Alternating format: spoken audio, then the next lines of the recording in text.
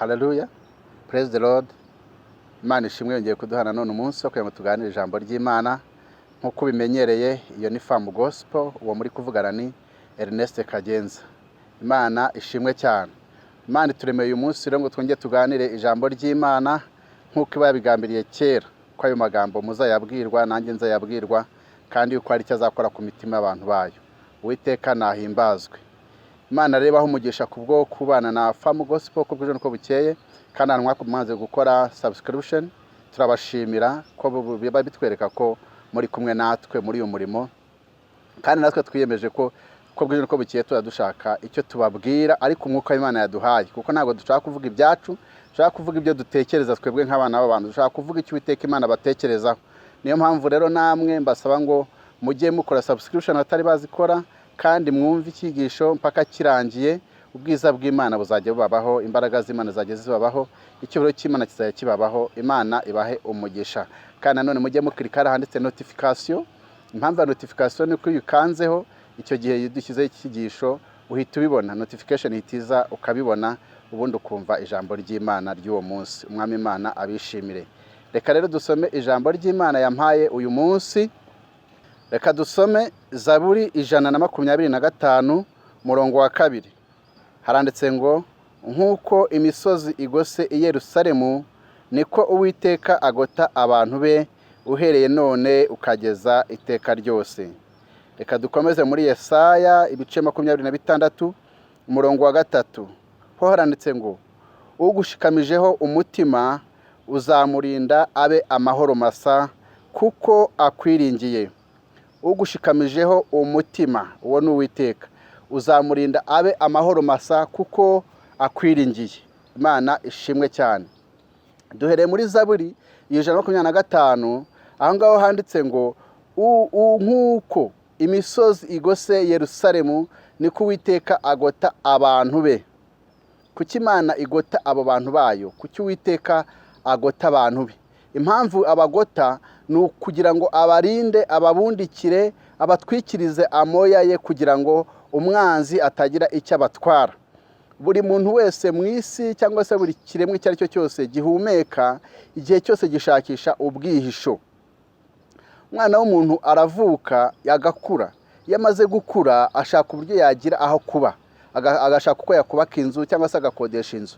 Abashaka ubwihisho bw'ahantu azajya kuryama, akumva afite sekirite ihagije kugira ngo imvura nigwa itazamunyagira, kugira ngo nihaboneka ikintu kigoye cya inyamaswa yakamuriye akayihisha muri iyo nzu. Mbese buri wese yubaka amazu kugira ngo amubere protection cyangwa se amurinde ndetse abashe kuruhukira muri iyo nzu.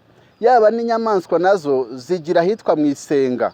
Mu isenga ni ahantu ziba, kugira ngo hari umunsi ziba zagiye guhiga, ariko iyo zimaze guhiga zikenaho zijya kujya kuruhukira, aho zijya kurambika umusaya zigasinzira zikaruhuka neza. Aho ngaho ni mu isenga. Rero yaba inyamaswa yaba n'umuntu bose cyangwa se byose bikenera kubona ahantu bibonera uburuhukiro. Kubera iki Uwiteka avuze ngo niko agota abantu be? Kubera iki Uwiteka agota abantu be? Kuki Uwiteka aza kubabundikira? Kuki Uwiteka aza kubana nabo mu bihe nk'ibyo ngibyo? Impamvu nuko nta bundi buruhukiro umuntu ashobora kubona buri long term cyangwa se buhoraho. Uburuhukiro bwatuma wumva ufite sekirite, wakumva ufite amahoro mu mutima wawe, wakumva ufite ubuzima budafite ikibubangamiye.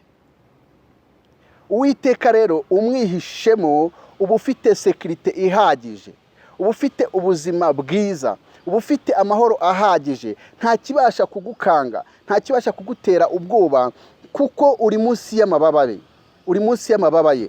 Imana itugirire neza. Aha muri Yesaya 26:3 twavuze ngo ugushikamijeho umutima, niko ijambo ry'Imana rivuze. Ugushikamijeho umutima, uwo ngushikamijweho umutima ni Uwiteka, ngo uzamurinda abe amahoro masa kuko akwiringiye. Imana ishimwe. Ibintu bibuza amahoro umwana w'umuntu ni byinshi, ibintu byakubuza amahoro mu buzima bwawe ni byinshi, ariko ndagira ngo nkubwire ngo nushikamiza umutima wawe kuwiteka uzaba amahoro masa. Ibiza biteye ubwoba bizasanga ufitemo block, Uwiteka azashyiraho block izatuma ibyo bintu bitabasha kukugeraho. Imana ishimwe kuko umwiringiye, kuko umushikamijeho umutima, kuko ubugingo bwawe wabushyize muri we, kuko nta bindi byiringiro ufite ku kindi kintu icyo ari cyo cyose, ni Uwiteka wiringiye. Imana ishimwe. Ubundi ubusanzwe umuntu utizera Imana agira ibindi bintu yiringira. Hariho abantu biringira imiryango, kuko imiryango bafite ni imiryango ibabereye shelter cyangwa se ibabereye ubwugamo mu gihe ibyago byabe bije, wenda agize ikibazo cy'amafaranga, afite mu muryango abantu bakomeye bazamuha ayo mafaranga akabasha gukemura ikibazo afite. Hari abiringira ubwiza bwabo, hari abiringira ibigango byabo, ariko ejo bundi hari ubwo ufatwa n'indwara ukarwara ukaremba, ugasanga wa mubiri wari wiringiye ufite, wa mubiri wari ukunejeje, wa mubiri watumaga uba proud yawo, ukaba wagira ubwibone kubw'umubiri ufite mwiza, kubw'imiterere myiza, kubw'igihagararo ufite cyiza, ejo bundi ukagira indwara iza ikawica wa mubiri. Bya byiringiro washyize muri wa mubiri wawe biba bishiranye n'icyo gihe wari uri muzima, kuko uburwayi buje burawutransforma, wakora accident, wa mubiri wawe ukaba deforme, ugasanga neza umubiri wawe urasenyutse, usanga ugize inkovu nyinshi, usanga bwa bwiza wari ufite burarangiye, bya byiringiro wari ufite kuri wa mubiri wawe biba birangiye. Hari umuntu ugira ibyiringiro, ubutunzi, akagira amafaranga menshi, yabona afite amafaranga menshi akavuga ngo icyo nzakenera ku isoko nzakigura, ningira ikibazo mfite ubushobozi, mfite amafaranga, ubu bushobozi bwanjye buzamfasha, iki kintu kizakemuka. Mbese amafaranga ni ubwugamo, ariko ntabwo ari ubwugamo butanga security full, ntabwo ari ubwugamo washyiraho 100%, gusa bufite icyo bumaze, ubutunzi bufite icyo bumaze ku buzima bw'umuntu, ariko ntabwo buzamurinda ku munsi w'amakuba. Hari amakuba ashobora kuza ugasanga ntabwo azakemurwa n'amafaranga. Dufite ingero nyinshi z'abantu bari bafite amafaranga ariko barapfa bayafite, barivuza batanga ibya mirenge babigenza gute, ariko ubuzima bwabo burarangira barapfa. Ntabwo amafaranga yabarinze ibintu byose, nubwo amafaranga afite icyo akemura, ariko ntabwo amafaranga agira umumaro ku bintu ibyo ari byo byose. Imana ishimwe cyane. Washikwishingikiriza ku bwenge, ushobora kuba umwana wize neza, guturuka uri umwana mutoya kugeza urangije amashuri, doctora, professora, whatever, ukagira ubwenge bwinshi, warangiza ukavuga uti nzakora akazi nshaka, nzakora akazi nishimira, nzakora akazi numva ko mbese kanejeje umutima wanjye, kubera ko ufite ubwenge bwinshi. Ariko ndakubwira ngo ubu bwenge ufite ntabwo wagakwiye kubwiringira 100%, kuko Uwiteka Imana atari we uhesheje umugisha ubwo bwenge bwawe, ntabwo ubwo bwenge buzagira umumaro, productivity yabwo izaba ntoya cyane. Hari abantu benshi bafite ubwenge bwinshi baje gusara, bagize ubwenge bwinshi ariko bagira ikibazo barasara, basaze ntabwo ubwenge bwabo bwakomeje kugira agaciro. Kwiringira ubwenge umuntu afite ntabwo byagakwiye ko ubwo bwenge ari bwo ushyiramo ibyiringiro byawe, kuko ubwo bwenge ntabwo iteka ryose buhora bugutabara mu gihe gikomeye. Imana ishimwe cyane. Imana rero ntabwo yishimira ko twagira ikindi kintu dutekereza ko twakwiringira tukagishyiramo ibyiringiro byacu tukakikomezaho, kuko ibyo byose ni ibintu bishira, ni ibintu birangira. Imana idufashe cyane. Ndagira ngo nkubwire ngo uyu munsi wakwiringira abakomeye, wagira abakomeye bari hafi yawe mu gihe kigoye, wabura akazi bakagufasha ukabona akazi, wagira ikintu cyose gikomeye ugahita connection. Hari uryo umuntu amara igihe kinini ayubaka ama connection kugira ngo azamufashe mu bihe bikomeye. Inshuti nyine z'umumaro cyane zigufasha mu by'ubugingo, ariko za nshuti hari igihe kigera ukazibura, zikagenda zikaguta zikagusiga, ushobora kugira ikibazo za nshuti wari wiringiye zikakuvaho. Ariko ndagira ngo nkutangarize inshuti nziza, ndagira nkutangarize inshuti nziza muzabana ufite amafaranga mukanabana udafite amafaranga. Ndagira ngo ngutangarize inshuti nziza muzabana umubiri wawe ukimeze neza, ugifite ubwiza bwose, ejo bundi ubwiza bwavaho mukagumana. Ndagira ngo ngutangarize inshuti izabana nawe mu gihe ufite ama connection menshi, mu gihe ufite abantu benshi bagufasha mu by'ubugingo, ariko ikabana nawe wasigaye uri umwe. Ndagira nkubwire ngo Uwiteka niwe gisubizo, niwe byiringiro, niwe ukwiriye kwinvestingamo ubuzima bwawe, roho yawe, ubugingo bwawe, umubiri wawe. Nubishyira muri Yesu Kristo, nubishyira mu Mana, uzaba amahoro masa nk'uko ijambo ry'Imana ribikubwiye. Imana idufashe. Ndagira nkubwire ngo ibindi byishingikirizo byose bijya birangira. Abantu habayeho umuryango witwa UN, murawizi. UN yazanywe n'iki? Nuko amahoro yari makeya mu isi, nuko ari intambara zikomeye zira première guerre mondiale, deuxième guerre mondiale, zira ntambara zari ziriho, baravuga batari ko reka duforme icyo ikintu cyangwa se duforme institution tuyigere UN kwanga izagitabara ahantu hatari amahoro ihazana amahoro. Ariko ndajya nkubwire, reba uyu munsi current situation, reba ibihe biriho, amahoro yarabananiye, amahoro ntabwo bari kubasha kuyageza ku bantu uko bikwiriye. Nubwo purpose ya UN ari ukuzana amahoro, peacekeeping n'ibindi bitandukanye, ntabwo UN ibasha gutanga amahoro yuzuye. Ariko ndagira nkubwire ngo uwo uzageramo ukaryama ugatuza ugasinzira ukumva uguwe neza ni Yesu Kristo, niwe uzaguhereza amahoro yuzuye. Imana ishimwe. Uzaryama nijoro usinzire, niko Dawidi yavuze ngo Uwiteka ngo iyo ndyamye ngo ndasinzira ngo ngahunikira ngo kuko Uwiteka mbereye maso. Bivuze ngo iki? Iyo Dawidi asinziriye Imana yibiri maso. Ijambo ry'Imana rivuga ngo iki? Uwiteka niwe murinzi wo kwiringirwa. Ijambo ry'Imana rivuga ngo abantu bamwe biringira amagare, abandi bakiringira amafarashi, ariko ngo twebweho twiringiye Uwiteka. Ndagira ngo nkubwire mwene data, ndagira nkubwire mushiki wanjye, uyu munsi ijambo Imana yampaye niryo kukubwira ngo reka gushyira ibyiringiro mu kindi cyane cyo cyose, reka gushyira ibyiringiro mu bana b'abantu, reka gushyira ibyiringiro mu butunzi ufite, reka gushyira ibyiringiro muri connection ufite, reka gushyira ibyiringiro mu kintu ABCD. Ibyiringiro byawe byose ubishyire muri Yesu Kristo. Ahangaha niho uzagira ubuzima bunejeje kandi ubuzima utozigira bugira regret. Haleluya. Uyu Yesu Kristo muri abantu uguwe neza, ariko byaba bimukagumana nawe, nta wundi uzabana nawe mu rupfu. Yesu Kristo muzamanukana no mu rupfu azabana nawe. Haleluya. Azakora operation ya transfer, azagukura mu mubiri akujyane mu ijuru, ujye kuruhuka imiruho n'imihati, uve mu bikubabaza, uve mu byago, mu bintu bikomeye byose waba unyuramo mu isi. Hari igihe kizagera bikarangira, kuko uyu mubiri dufite twambaye ufite igihe gitoya uzarangira. Ariko cyangwa se umuntu w'imbere nababwiye ubushize, uyu nguyu azakomeza. Uyu Yesu rero no mwiringira uyu munsi akakubera ibyiringiro mu buzima bwawe bwa buri munsi. Uyu Yesu azagendana nawe, mu byago azabana nawe, kandi azaguhesha ubugingo buhoraho, uzabana nawe iteka ryose. Haleluya. Ndagira ngo nkubwire ngo ntiwumve ko uri comfortable in whatever situation you are passing through. Nta comfortability ihari. Comfortability ufite toto comfortability ni muri Yesu Kristo. Aho ngaho niho uzagira umunezero, niho uzagira amahoro, niho ibyishimo byawe bizaba byuzuye. Haleluya. Yesu adufashe cyane.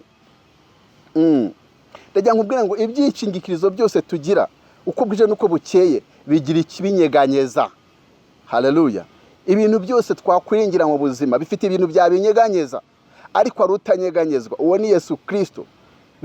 Birababaje kandi bitera agahinda kubona umuntu wakijijwe wamenye Imana ugira ibindi bintu yiringira. Ijambo ry'Imana riravuga ngo ibyo bindi byitwa ibigirwamana. Ibyo rero bizagukoza isoni. Ndagira nkubwire ngo ibintu byose waba uri kunyuramo uko waba ubayeho kose, waba ubayeho neza ubayeho nabi, ndagira ngo nkushishikarize kugira ibyiringiro muri Yesu Kristo. Ubuzima bwawe ubushyire muri Yesu Kristo, wumve ko nta handi hantu waba uri ngo wumve utekanye neza. Umutekano wuzuye ndabatangariza yuko uri muri Yesu Kristo. Haleluya. Waba uri gusubira inyuma, ubuzima bwawe buri gusubira inyuma, ndagira nkubwire ngo ongera ubwire Yesu ngo ngushyizemo ibyiringiro byanjye byose. Imana ishimwe. Na Yesu igihe ari ku musaraba agiye gutanga, yaravuze ngo Uwiteka mu biganza byawe niho nshyize ubugingo bwawe. Imana ishimwe. Ubugingo bwacu bwose dukeneye kubushyira muri Yesu Kristo. Aho ngaho niho tuzabona uburuhukiro buhoraho iteka ryose. Ndagira nkubwire ngo Yesu kumugira uyu munsi akakubera ibyiringiro ni security yuzuye urabubonye. Yesu ariho uyu munsi, n'ejo azaba ariho. Imana idufashe. Uyu munsi ngewe ndi kuvugana nawe, ejo muri sinzaba ndiho, nzanaravuye mu isi, ariko Yesu azaba ahari.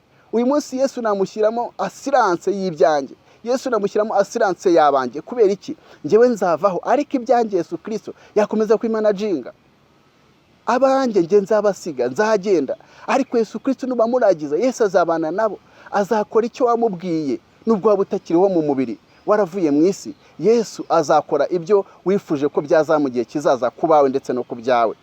Umuntu udafite ibyiringiro muri Yesu Kristo, ibyo byiringiro bindi ufite birajya hehe?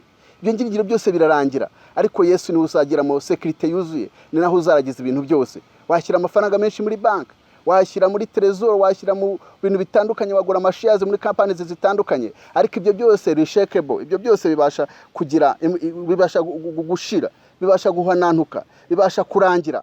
Ariko umwami Yesu Kristo ibyiringiro byawe n'ubimushyiramo ntabwo uzakorwa n'isoni. I'm telling you the truth. ntabwo uzigira ukorwa n'isoni. Ibyiringiro byawe nubishyira muri Yesu Kristo. Imana ishimwe cyane. Nta wundi watuma ahazaza akakuberamo. Uwo muntu ninde? Ni Yesu Kristo gusa. Niyo watuma mu hazaza hawe akahaprepara, akahategura, ukazagera hameze neza, kubera ko wamwishingikirijeho, kubera ko umutima wawe wawushyize muri we, ubugingo bwawe bwose ukabushyira muri we. Yesu ashimwe. Nta wundi wabana nawe mu byago no mu makuba, abantu bagusiga, ariko Yesu Kristo ntabwo yagusiga uko waba umeze kose. Imana idufashe cyane. Umwishingikirijeho, umushikamijeho umutima, azamurinda abe amahoro masa, niko Uwiteka avuga. Haleluya. Ijambo ry'Imana rivuga ngo Uwiteka arinda abe, ngo nk'uko imisozi igose Yerusalemu, niko Uwiteka agota abantu be. Icyo gihe handikwa iryo jambo, hari imisozi ari gose Yerusalemu. Sofa ntabwo ndagera ngo ndebe ko niba iyo misozi koko igihari, ariko mu by'ukuri nkubwire ngo nk'uko imisozi igose Yerusalemu, niko Uwiteka agose abantu be. Bivuze ngo iyo misozi ntabwo ibasha kuba yanyeganyezwa kugira ngo Yerusalemu bitagoswe iteka ryose. Iyo misozi bigose Yerusalemu, uko niko Uwiteka Imana agota abantu be mu byago no mu makuba akabarengera. Waba ugiye kugwa, ugiye guhanantuka, waba uri muri financial breakthrough, ukaba uri kubona hari ibintu bitameze neza, Uwiteka Imana niwe watanga stability. Finance wakayiha stability, ubuzima bwawe akabaha stability, imibereho yawe ikayiha stability, umuryango wawe akayiha stability. Hallelujah. Put all your trust in him. Hallelujah. Ibyiringiro byawe, ibyizigiro byawe byose ukwiye kubishyira muri Yesu Kristo. Imana ishimwe. Nagira ngo nkubwire, hari abantu bashyize ibyiringiro muri Yesu Kristo, ariko babibushyiramo mu buryo bw'igice cyangwa bitamba igice. Ndeka mbaye ikigeranyo kimwe. Imana yageze kubwira umuhanuzi, iramubwira ngo genda wambuke, ngo wambuke ngo ari amazi. Ngaragenda mikono 50, ngo amazi amugera mu ntege. Ngarakomeza akomeza imbere, ngo amazi amugera mu rukenyerero. Ngo arakomeza imbere, ngo amazi aragenda amugera mu ijosi. Arakomeza imbere, ngagera ngo aho noneho ngo atabasha ko yakwambuka ayo mazi adafite ikiri kumwambutsa cyangwa adafite ubwato bwamwambutsa. Bivuze ngo iki? Dukeneye kujya muri Yesu Kristo, tugapenetra, tukinjira. Hari abamugiyemo bimera nk'amazi ageze mu ntege, bamugiramo ibyiringiro, ariko ibyago n'amakuba bije bahita basubira inyuma bakambuka uruzi bakaruvamo. Hari abandi bamugiyemo bamugiramo bagibigera nko mu rukenyerero, mbese bamugezemo hafu, bamwiringira ibyiringiro byabo biri hafu, baramwizera, ariko ejo ibyiringiro byabo bijya bitakara, ibyiringiro byabo bikagenda. Iyo bigiye basubira inyuma, boga bongera gusubira inyuma. Ariko nagira nkubwire ngo uve muri abo ngabo bagiye mu mazi bakagenda, amazi akabagera mu irugu.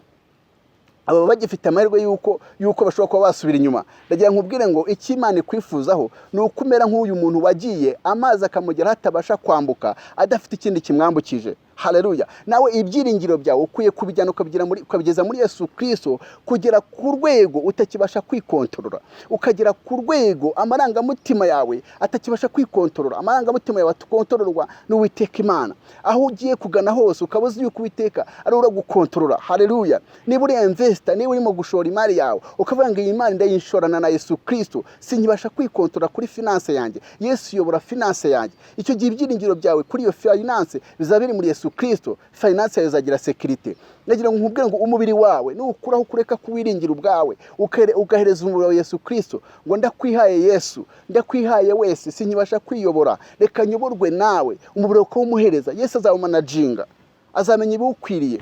Umuntu yakora ibishoboka byose, yashakisha ikintu cyose cyatuma umubiri we unezerwa, ugubwa neza. Ariko wowe ubwawe ntago ubasha kumanaginga umubiri wawe kugera ku rwego ubasha kumva ko umubiri wawe uguwe neza. Umubiri uzagubwa neza nuwushyira muri Yesu Kristo. Haleluya. Ndagira ngo nkubwire ngo mukore surrendering, musarendinge cyangwa se mutange ibyanyu, mutange mwebwe ubwanyu, mutange abanyu, mubihereze Yesu Kristo. Ibyo byose bibe ibitambo bizima bishimwa n'Uwiteka. Ndikubwira abizera, ndabwira n'abatizera, kuko nabizera abenshi bizera igice, ntago bamushyiramo ibyiringiro byuzuye. Ariko Yesu arashaka yuko urekura naho ngaho warusigaje. Ndagira ngo ubirekure ubihereze Yesu Kristo. Haleluya. Reka Yesu Kristo amanaginge ubuzima bwawe, reka Yesu Kristo amanaginge ubuzima bwawe, amanaginge abawe, amanaginge n'ibyawe. Haleluya. Yesu arashaka kumanaginga ubuzima bwawe, arashaka kumuhereza ibintu byose ukabimushyiramo. Yesu akakwereka ko amahoro atayaguhereza. Haleluya. Harabajya bavuga ngo hari ubwo ufite ngo zarukururana, nako ngo zaba zagiye kuzana za Tanzania zagiye he, ngo gasiga nta mutekano ufite, kubera yuko uri kwa ngo wasanga ngo umushoferi ngo ahiritse rukururana nanjye n'uryo yampenze. Ibyiringiro bya biri muri iyo kurukururana. ndagiye nkubwire ngo ibyiringiro byawe nibishyira muri Yesu Kristo azaba muri iyo rukururana, agendane nayo, akurinde iyo rukururana. Ni example ndi kubahereza. Ni ukuvuga ngo ikintu cyose kiguhangayikishije, ni abana bawe bari kuguhangayikisha ngo mu mabyiruka yabo bazabatinganye, bazakora ibyangwa mu maso y'Uwiteka. Oya, guhangayika kwawe nta gisubizo kirimo. Igisubizo kiri mu kuhereza Yesu Kristo abo bana bawe. Yesu azabamanaginga neza. Haleluya. Nagira nkubwire ngo tugere ku rwego, tugere ku rwego twumva ko ntabwo ari njyewe, ntabwo ari wowe, ntabwo ari twebwe, ahubwo ari Yesu Kristo muri byose ubifite. Imana idufashe cyane. Ubugingo bwawe buzagubwa neza, buzanezerwa ari uko Yesu Kristo ari kumwe nawe. Hari indirimbo ya 25 mu gushimisha, ndagira ngo nyibature. Iravuga ngo Uwiteka ni umunyembabazi, ni umukunzi wacu udahemuka, nta warondora imbaraga agira, nta wagera urukundo rwe rwinshi. Uwiteka ni umunyambabazi, ni umukunzi wacu udahemuka, nta warondora imbaraga agira, nta wagera urukundo rwe rwinshi. Kabiri haranditse ngo niwe tangiriro n'imperuka, aturindisha imbaraga nyinshi. Tumushimire ibyatubayeho, tumuragize n'ibiri imbere. Haleluya. Uyu mwami aturagiza imbaraga nyinshi. Uyu mwami afite imbaraga nyinshi zituragira turi mu modoka, zituragira tugenda n'amaguru, zituragira tugenda n'amagare, zituragira tugenda n'amamoto, zituragira tugenda n'indege. Izi mbaraga za Yesu zituragira mu minsi yose. Haleluya. Umuntu amaze kumushyiramo ibye byose n'ubugingo bwe, ntago abakibasha kwiyobora, ayoborwa n'imbaraga z'umwuka w'Imana. Haleluya. Ayoborwa n'imbaraga z'Uwiteka. Ubwami bw'Imana bumuba hafi. Washaka imbwa nyinshi mu rugo zikarinda urugo rwawe, washaka abazamu benshi, ariko Uwiteka aravuga ngo Uwiteka atari urinze umudugudu, abarinzi baba bari kurindira ubusa. Imana idufashe. Ibyo wakora byose atari Uwiteka ubanye nawe, ntacyo bimaze, nta gaciro bifite. Ejeje wundi byagukoza isoni, ariko nta muntu wakize ibyiringiro bye byose muri Yesu Kristo wigeze akorwa n'isoni. Haleluya. Ntabwo uzakorwa n'isoni mwene data. Nongera ugashyira Yesu Kristo ukaba number 1, akaba nimero ya mbere mu buzima bwawe bwa buri munsi, ubugingo bwawe bwose ukabumuharira. Muhereza ibyawe. Murimbye yaravuze ngo ibyo ntunze byose ni ibyawe, nanjye ubwanjye ndi uwawe, naburi iki se ngufite. Yesu ko umpagije. Abantu benshi barakennye cyane, ariko nta mpamvu y'ubukene bafite mu mitima yabo, n'ubukene bwo kubura Yesu. Abantu benshi bafite karance kubera iki? Kubura Yesu Kristo. Imitima birahagaze, abantu benshi babuze amahoro, bafite ubwoba bwa minerivare, bafite ubwoba bw'ibibaremere, bafite ubwoba bw'ibihombo, bafite ubwoba bw'akazi gahagara, bafite ubwoba bw'ibintu ABCD. Ariko nagira nkubwire ngo nujya muri Yesu Kristo ukamujyamo wese, ntabwo uzagira ubwoba, uzasigara utakiri kubiyobora ibyo bintu byose, ahubwo Yesu Kristo azaza abiyobore.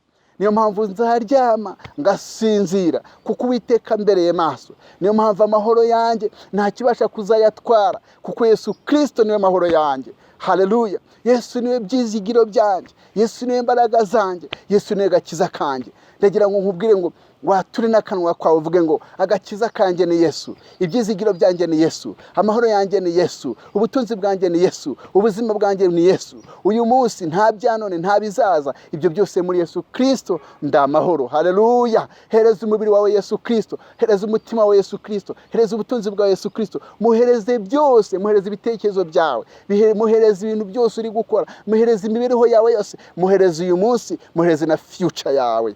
Haleluya. Yesu muhereze future yawe, wowe murekurire ubuzima bwawe bwose, umurekurire, uzagubwa neza. Ndimo ndagira ku musozo.